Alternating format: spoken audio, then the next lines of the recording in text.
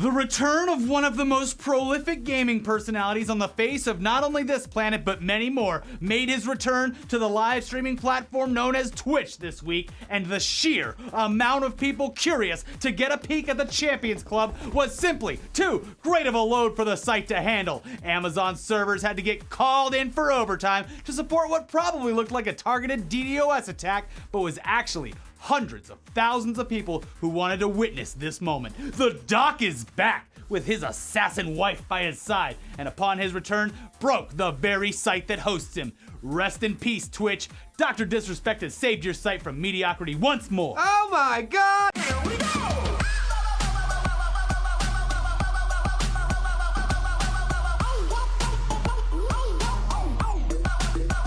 No, you fucking cuck! Peggy 18. After taking time away from the keyboard, after publicly acknowledged that he'd been unfaithful to his family, the Doc seems to have worked out those problems at home and returned to Twitch Monday morning, a half hour later than planned, because of what appeared to be a massive influx of viewers, which presumably crippled the site's servers. Although he did not acknowledge the reasons for his departure head-on, he did say stuff like he felt like 2018 needed a fresh start and that he needed to be reminded about what life is really about. Anything and whatever we do, be a champion, know that you're a champion. So once he was fully online and playing, he hit just under 400,000 live viewers according to the Twitch page, which is fucking nuts. Yeah, so obviously this return is controversial for a number of reasons. I mean, numerous streamers and YouTubers have taken time away from their respective platforms in recent months to focus on their mental health, which is a problem that stems from what appears to them as a constant need to perform non-stop in order to maintain their fan bases, which obviously would lead out to, burning out and potentially crashing. It's unnatural. After maintaining his role as one of the top streamers on the platform, nearly a month and a half of silence passed after he publicly admitted his infidelity. But now he's returned with a new club, the Champions Club, which replaces the Slick Daddy Club. Probably good for the name. Better change. name, I'd say.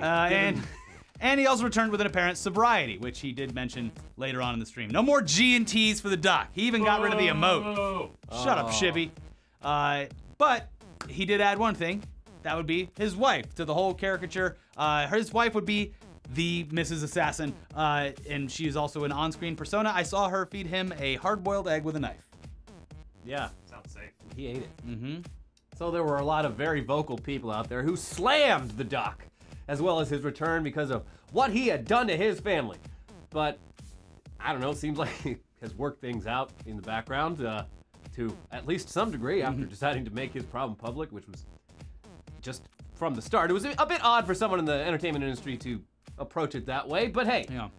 He did it. He did it, and he's back. Many of the people critiquing the choice of others to willingly enjoy his content would most likely look the other way if they knew that some of their favorite actors, musicians, politicians, athletes, and so on had done similar, often much worse things. Oh, let's name some just for fun. Ben Affleck, Kristen Stewart, Frank Sinatra, Tiger Woods, Arnold Schwarzenegger, Bill Clinton, Donald Trump, Brad Pitt, Ozzy Osbourne, Meg Ryan. Madonna. The list goes on.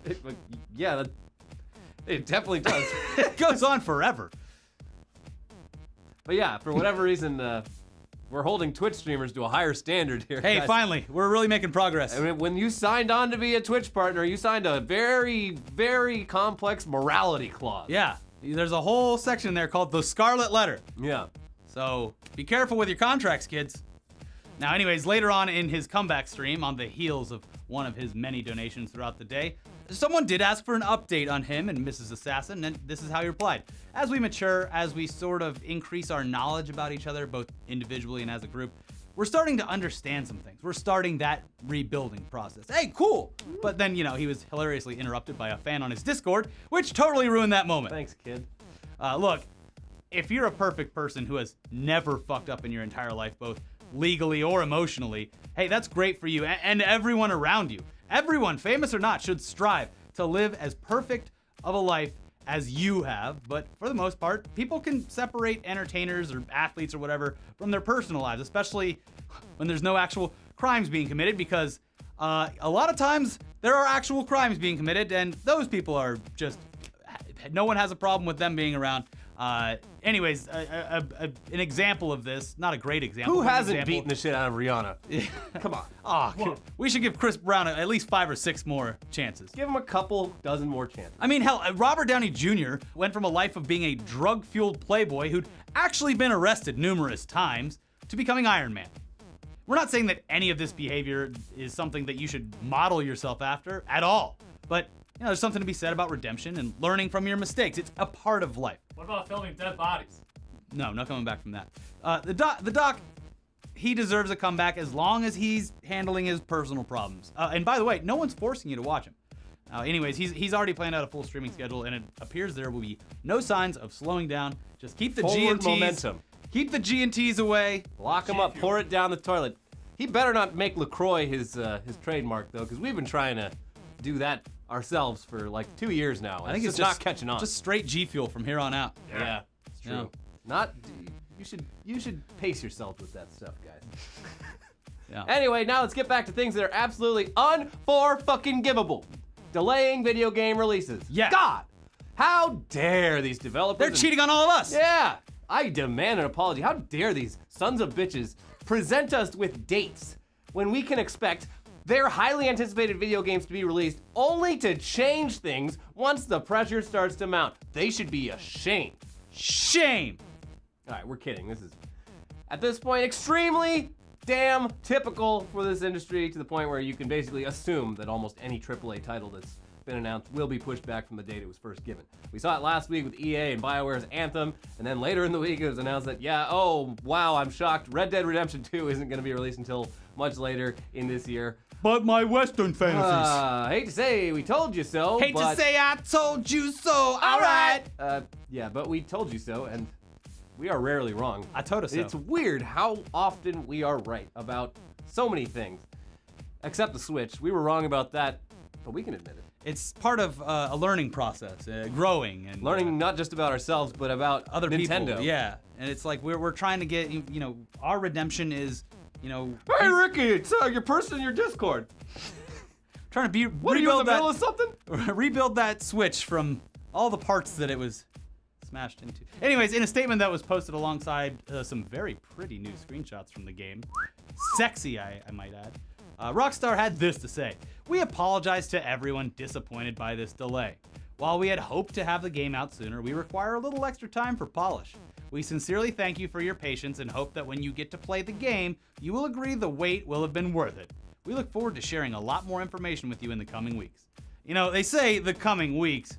Pretty broad term though, and since we're really good at predicting things, we're gonna bet that the first new trailer and load of information that you'll most likely see gonna come out around, I don't know, guess it should be obvious, E3. A couple weeks. I mean, it technically is a handful of weeks. Yeah. It's a basket of weeks. You're not wrong. Baker's dozen. Yep. The new official release date for Red Dead 2 is now October 26, 2018. And while that sucks for everyone, us hardcore syrup-sipping gamers, Yeah. it's gotta really suck for literally any other game whose release date falls within the same time frame, because this is by far the most anticipated title of the year, and it would most certainly take the attention and dollars away from any other game release in the weeks that follow. Could you imagine a company that's like, whew, guys, they're releasing Red Dead 2 in spring. We can finally lock down the release date. End of October, early November, it's gonna be great. The road is clear of all obstacles, and fuck. That's probably why they delayed Anthem. Let's be honest. It's the video game shuffle, musical chairs. Yeah. But hey, we talk a lot about the failures of gaming companies on this show, but we should also take some time to speak up when these monolithic companies make the right choices. And this week, Square Enix made some good choices. Come on down, Square Enix. Get on down here. Get your pat on the back. They're not. They're working on games. That's why they Oh, couldn't. good. That was a trick anyway. In a recent interview with UK outlet Metro, Square Enix CEO Yosuke Matsude spoke about the industry's fetish with loot boxes and how that isn't even a priority for their company. They'd rather just, make good games that reward players with, the good gameplay and maybe add some more gameplay to that. This is what he said. Recently, people have been discussing loot boxes and people not using that properly. I think that's all linked to this bad perception people have to the words games as a service. But really, the way we're looking at it, what it boils down to is that idea of keeping people engaged with our games and enjoying them for longer periods of time. That's the way we really look at the problem. The way we use that expression, really, the whole idea, for a single-player game particularly, is the idea that you have the game released and you keep adding more content to keep the players engaged and enjoying the game. And that helps to make it more of a full experience. And that brings in more players to the original game. That's the rough approach we take to the idea, and that's why we describe games as a service in that sense. All right. Cool. When asked about if the recent backlash towards the types of loot box systems found in games like Battlefront 2 had changed his perception, he replied, "It is obviously very bad to have loot boxes that get in the way of the player experience, or detract from it in some way. That's clearly not a good thing. You have to really think about what they do to add to the overall gameplay experience and how they fit in with that and the overall design of the game. I think that's the way we should look at these things." And then he added that despite the recent trends of adding multiplayer aspects to games in order to keep that profit rolling in, he assured everyone that we will definitely be making more single-player games, definitely. I think in the environment now that we have, there's even more platforms, there's even more opportunities to get single-player games out to people. So for example, mobile phone games, we're not just making free-to-play games for that, we're making proper single-player games, re-releases of old titles, new titles as well. So mobile phones don't just have to be about that kind of thing. The Switch is another great platform to come out for single-player games. So we've got a lot of opportunities, and we really do want to continue making single-player games. Hey, that's good. Single-player games, single-player games, single-player games, single-player games. Time is a flat circle, and we'll eventually come back to it after all this multiplayer hype is over. Boo. Then the real esport is watching someone play single-player games. Single-player, yeah, on Twitch. Now, in stark contrast to this positive story about the gaming industry as it relates to predatory loot boxes, we regret to inform you that EA's financial chief has confirmed that the loot boxes will return Boo! in the next few months. Once Which the heat is off. it doesn't really make a whole lot of sense considering the player count will almost certainly be extremely low by the time they actually do bring them back. What is the fucking point? So, whatever. But it's time for us to bring in our financial chief, the man who brings in all of our cash and then spends it on ass. Shibby is here to review a game that is completely unfair to review in its current state, but you know what? He doesn't care, so... It's ethical. It is a closed alpha. It's true. They trusted you. Too bad. They knew this was coming. No, they didn't. You're right. You gotta worry about that Shane guy. Tugs boys and Tugs girls, it's time to drop your pants and eat some ass. Because I'm on the hunt. No, not for your mother, but knee deep in that zombie booty. Most recently, I got a code for Hunt Showdown on Steam, developed and published by Crytek. You thought Crysis 1, Crysis 2, or Crysis 3 made your beastly rig computer cry for help because it was so graphically intensive? Well, unfortunately for you, in Hunt Showdown, this game is so unoptimized, you'll go from 60 frames to maybe 80 frames and then instantly crash down to 12 frames per second in the most important moments of the match. Oh, you want to knife that zombie in the head to avoid taking bleeding or fire damage? Well, fuck you. Oh, and your computer. Yes, another early access game that runs like shit. But one that runs on the Crytek engine, which really should not perform that poorly. This is not their first game. There's a lot of work that needs to be done. But Sherry, woo! Other than early access that you'll convince us to do no buy, what's this game about? So, Hunt Showdown is that game Different level potato mouth today. from E3 down in the Louisiana Bayou, in which you're a bounty hunter in a ghastly world with zombie-like monsters. Also a spider and maybe a pig-faced butcher who in the second phase of his boss fight will light his weapons on fire. Fuck it. It's a mix of player versus environment and player versus player. PvE and PvP, which I quite enjoy. To me, it's a roguelike because you have characters you hire for in-game currency. You then queue for a game, search for clues, attempt to hunt and banish the boss monster of the level, then escape the map where you are playing with a piece of the bounty. If you're successful, you'll get in-game currency to spend on different tasks and weapons, all that kind of stuff, and you get to level up your profile of your account. The character you took into that match, if you survive that is, will also get more experience and level up, you get more powerful perks and traits, etc., etc. If you die though, that character is dead. All the equipment on that character, lost. Time to re-roll for another character to hire. It's brutal, because currency, even for my god tier computer, it runs terribly. If you disconnect from the game due to a server issue or the game just crashing, yeah, your character is dead. No PUBG reconnect feature just yet. Anyways, this game is way too early alpha to give it a 0 out of 10 should be criminal. it has potential and much more interesting mechanics than that SOS game. Maybe next week I sink my teeth into Doki Doki Literature Club, but don't hold your breath. Cash me outside. If you could just turn down, that's the biggest problem. There's no graphic settings.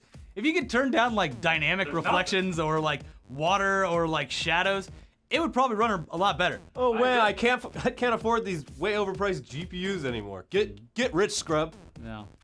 Anyways, since that game isn't gonna be out for months, if not years, because of delays, It was announced like 3 years ago. let's take a look back at another Crytek title that was impossible to play unless you owned a supercomputer, Crysis. This review comes from Amazon user Chris Cotton, who titled his review of Crysis for the PC, "Pisses me off to no end." Here's what he had to say. I'm no big fan of Crytek, if you can tell by the title. Far Cry and Crysis both are games designed to need really expensive equipment to run, for no particular reason at all. Half-Life 2 Episode 2 looks far better than this, along with the physics engine being better and less buggy, with good characters and story and fun gameplay ideas. These are all things that Crysis lacks. It's almost like Nvidia, ATI, and Intel are paying Crytek to make a game that computers can't run just to sell hardware. Wow.